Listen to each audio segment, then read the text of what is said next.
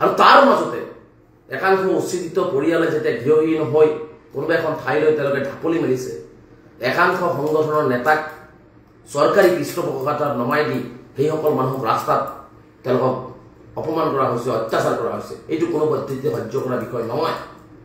তাৰোপৰি আজি দুদিনৰ পৰা দেখিছোঁ, বিশেষকৈ আজিও দেখিছোঁ যে মিয়া কোনোবাই কৈছে বাংলাদেশ পাৰ কৰাই দি আহিব। কোনো ভাৰতীয় নাগৰিকক কোনোবাই বাংলাদেশ পাৰ কৰি দি আহিবৰ ক্ষমতা আছে নেকি? মুখ্যমন্ত্ৰী অবৈধভাৱে বহু মানুহক, অন্যায়ভাৱে বহু মানুহক বৰ্ডাৰ পুলিচ আৰু ফৰেনাৰ্ছ ট্ৰিবিউনেলছৰ জৰিয়তে বৰ্ডাৰত পুছবেক কৰি উভতাই আনিছে। এই কথাখিনিও এই সংগঠনসকলে বুজা উচিত যে ভাৰতবৰ্ষত আইন আছে, সংবিধান আছে। এজন মানুহক ক'লেই বাংলাদেশী হৈ নাযায়।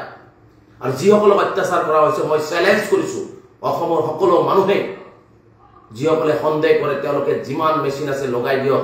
এজন বিদেশী যদি উলিয়াই দিব পাৰে তেনেহ'লে তেওঁলোকে দেখুৱাই দিয়ক। কিন্তু এজনো বিদেশী নহয়, এজনো সন্দেহজনক নাগৰিক নহয়। চৰকাৰী মাটি দখল কৰিব পাৰে, চৰকাৰী মাটিত বসবাস কৰিব পাৰে, এইটো ডাঙৰ কথা নহয়। চৰকাৰী মাটিত কেৱল ধৰ্মীয় সংখ্যালঘুসকলে বসবাস কৰা নাই। আজিলৈকে মুখ্যমন্ত্ৰীয়ে শ্বেতপত্ৰ প্ৰকাশ কিয় নকৰিল? পাহাৰত যদি ধৰ্মীয় সংখ্যালঘুসকল থাকিব নোৱাৰে আইনমতে, পাহাৰত কোনেও থাকিব নোৱাৰে। এইখিনি কথা আমি বুজা উচিত।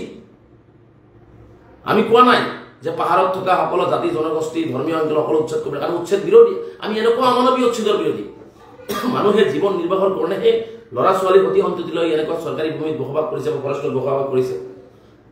কিন্তু তেওঁলোকে এই ধৰণৰ অমানৱীয় অত্যাচাৰ কৰি অসমখনক এটা পেলেষ্টাইন সদৃশ, গাজা সদৃশ সংখ্যালঘুসকলক এটা যাযাবৰী জীৱন যাপন কৰাৰ কাৰণে তেওঁলোকে চেষ্টা অব্যাহত ৰাখিছে। এটা কথা স্পষ্ট, চৰকাৰে এই ধৰণৰ অমানৱীয় অত্যাচাৰবিলাক বন্ধ কৰক। আৰু দুদিনৰ পৰা যিটো আজিলৈকে দেখিছোঁ যে মিয়া খেদিম, মিয়াক বাংলাদেশ পাৰ কৰাই দি আহিম, আজিৰ পৰা কাইলৈ ঘৰ এৰিব লাগিব, তেওঁলোকক আক্ৰমণ কৰাইছে, ভাবুকি দিয়া হৈছে। এই কথাটো মই ভাবোঁ যে আটাইতকৈ চূড়ান্ত অন্যায় আৰু অত্যাচাৰৰ চৰম সীমা পাৰ কৰি দিছে। অসমত ডিজিপি আছেনে নাই? অসমত গৃহ বিভাগ আছেনে নাই?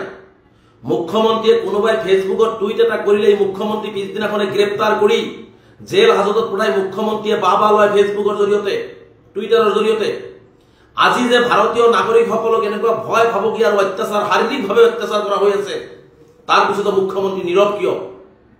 ডিজিপি মহোদয়, অসম আৰক্ষী আপোনাৰ আছেনে নাই? সেই জিলাবিলাকৰ জিলা আৰক্ষী অধীক্ষক আছেনে নাই? এই কথাটো অসমবাসী ৰাইজে জানিব বিচাৰিছে যে পুলিচ প্ৰশাসন থকাৰ পিছত, আইনী ব্যৱস্থা থকাৰ পিছত, কোনো মানুহ ক'তবা থাকি বসবাস কৰিছে, কোনোবা মানুহ চাকৰি কৰিছে, কোনোবা মানুহ বিজনেছ কৰিছে, কোনোবা মানুহ কাৰোবাৰ ঘৰত কাম কৰিব গৈছে, সেই মানুহখিনিৰ ওপৰত যে অন্যায় কৰা হৈছে, অত্যাচাৰ কৰা হৈছে, সেই জিলাখনৰ জিলা আয়ুক্তগৰাকী আছেনে নাই?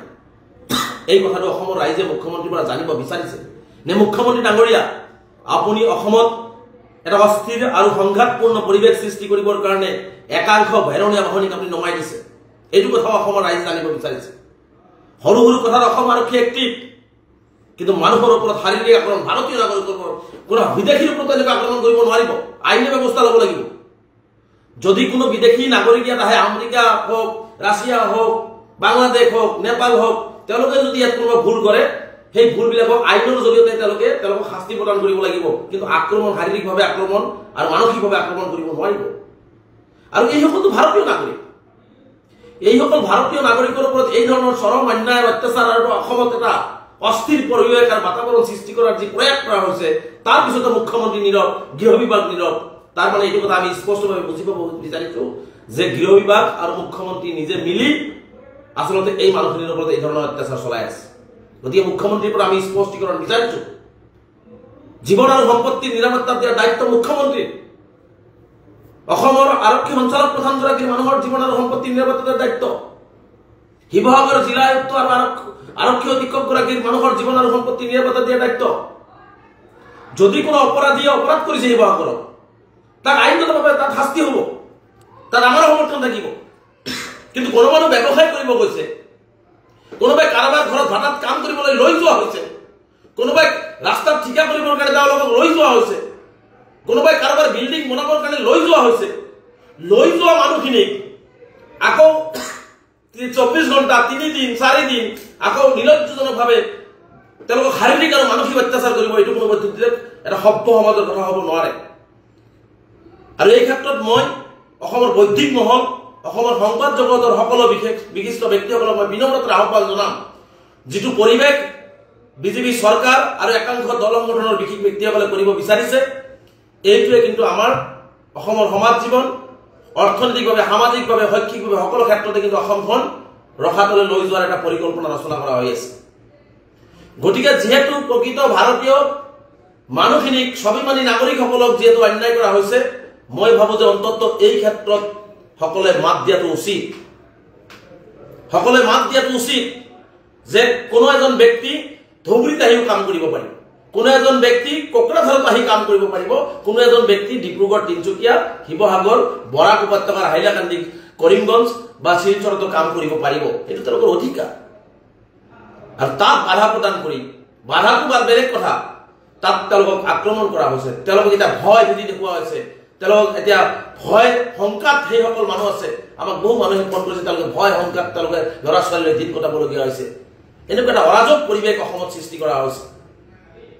গতিকে এই ক্ষেত্ৰত মই যিসকল বিৰোধী দল আছে, অসমৰ মুখ্যমন্ত্ৰী, অসমৰ আৰক্ষী সঞ্চালক প্ৰধান, অসমৰ সেই জিলাকেইখনৰ জিলা আয়ুক্ত, আৰক্ষী অধীক্ষকসকলে যিহেতু চকু মুদি আছে, একো দেখা নাই, যিহেতু তেওঁলোকে সেইখিনিক লৈ অট্টহাসি মাৰি আছে,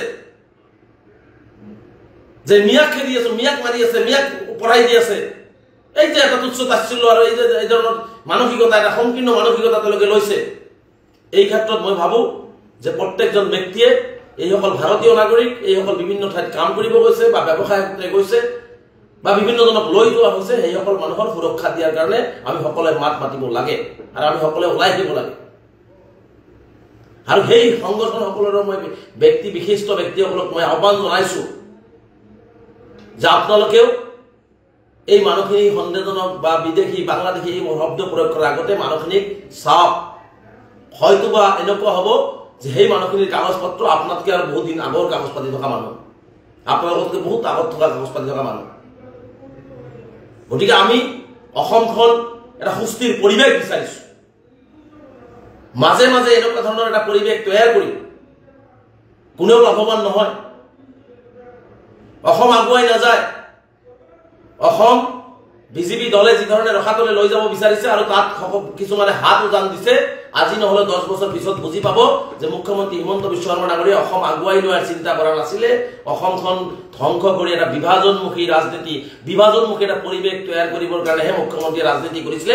এই কথাটো যিসকলে আজি মুখ্যমন্ত্ৰীৰ বক্তব্যত হাৰ পানী পাই হাত উজান দি মিয়া শব্দৰ অপব্যাখ্যা কৰি সাধাৰণ খাটিখোৱা নিৰহী শ্ৰমিকৰ ওপৰত, নিৰহী ব্যৱসায়ৰ ওপৰত যে আক্ৰমণ কৰি আছে, 10 বছৰ পিছত হলেও আপোনালোকে উপলব্ধি কৰিব।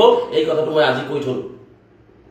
গতিকে মই মুখ্যমন্ত্ৰী ডাঙৰীয়াক আহ্বান জনাইছো, ডিজিপি মহোদয়ক আহ্বান জনাইছো যে মানুহখিনিৰ জীৱন আৰু সম্পত্তিৰ নিৰাপত্তা দিয়াৰ দায়িত্ব যিহেতু আপোনাৰ, সেই জিলাকেইখনৰ আৰক্ষী অধীক্ষক, আয়ুক্তসকলক আপোনালোকে নিয়োগ কৰিছে, যদি আপোনালোকে আক্ৰমণ মানুহক কৰিবৰ কাৰণে দিছে, সেই কথাটো স্পষ্টকৈ কৈ দিয়ক যে হয়, ইয়াছ, আমি চৰকাৰীভাৱে, প্ৰশাসনিকভাৱে এইসকল মানুহক আমি আক্ৰমণ কৰিব দিছো, আমি অপমান কৰিব দিছো, অপদস্থ কৰিব দিছো।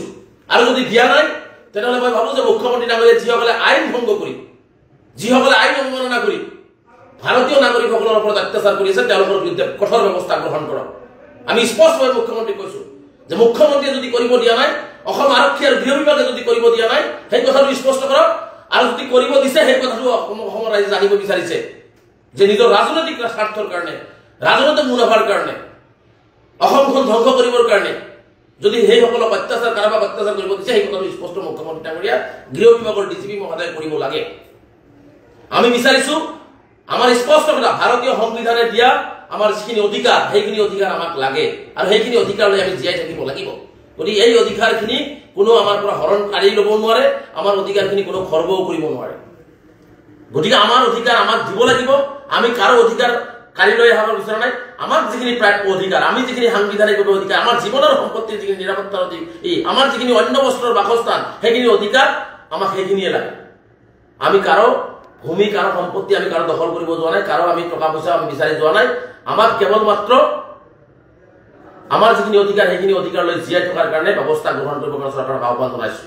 অন্যথা এটা কথা মনত ৰাখিব, এই চৰকাৰখন আৰু চৰকাৰৰ লগত যিসকলে হাত উজান দি অসমত বিভাজনকামী শক্তিক উৎসাহিত কৰা যিসকল ব্যক্তি সেইসকল ব্যক্তিয়ে অসমখন যি ধৰণে পিছৰ পেলাই ঠেলি দি আছে এইটোৱে আহিব লগা আমাৰ অসমীয়া উঠি অহা প্ৰজন্মৰ কাৰণে এটা অভিশাপ স্বৰূপ হ'ব আৰু অসমখন আমি এই বৃহত্তৰ অসমীয়া জাতি হিচাপে আমি একেলগে যি জীয়াই আছো এইবিলাকৰ মাজতো বিভেদ সৃষ্টি হ'ব ভাঙন সৃষ্টি হ'ব আৰু যিটো আমি আমচুৱে কেতিয়াও কাহানি নিবিচাৰো আমি হদিয়াৰ পৰা ধুবুৰী আৰু ব্ৰহ্মপুত্ৰৰ পৰা বৰাকলৈকে আমি সকলোৱে বৃহত্তৰ অসমীয়া জাতি হিচাপে একেলগে জীয়াই থকাটো বিচাৰো একেলগে সমিলমিলেৰে আগবাঢ়ি যোৱাটো বিচাৰো আৰু আমি এইটো কাম কৰো আৰু আমি এইটোও কওঁ যে নিৰহী জনসাধাৰণৰ ওপৰত যদি আক্ৰমণ কৰে নিৰহী জনসাধাৰণৰ সন্দেহজনক বাংলাদেশী ভাৰতীয় নাগৰিকক ক'ব তাত 100 বাৰ 1000 বাৰ আমচুৱে মাত দিব তাত যদি আপোনালোকে কয় যে আমচুৱে কাৰোবাৰ পক্ষ লৈছে তাত আমাৰ ক'বলগীয়া আপত্তি কৰিবলগীয়া আমাৰ একো নাই আপোনালোকে কৈ থাকক আমি অন্যায়ৰ বিপক্ষে আছো আমি কোনো মুছলমান বুলি কথা নহয় য'ত ভাৰতীয় নাগৰিকৰ ওপৰত অসমীয়া স্বাভিমানী ভাৰতীয় নাগৰিকৰ ওপৰত অন্যায় হৈছে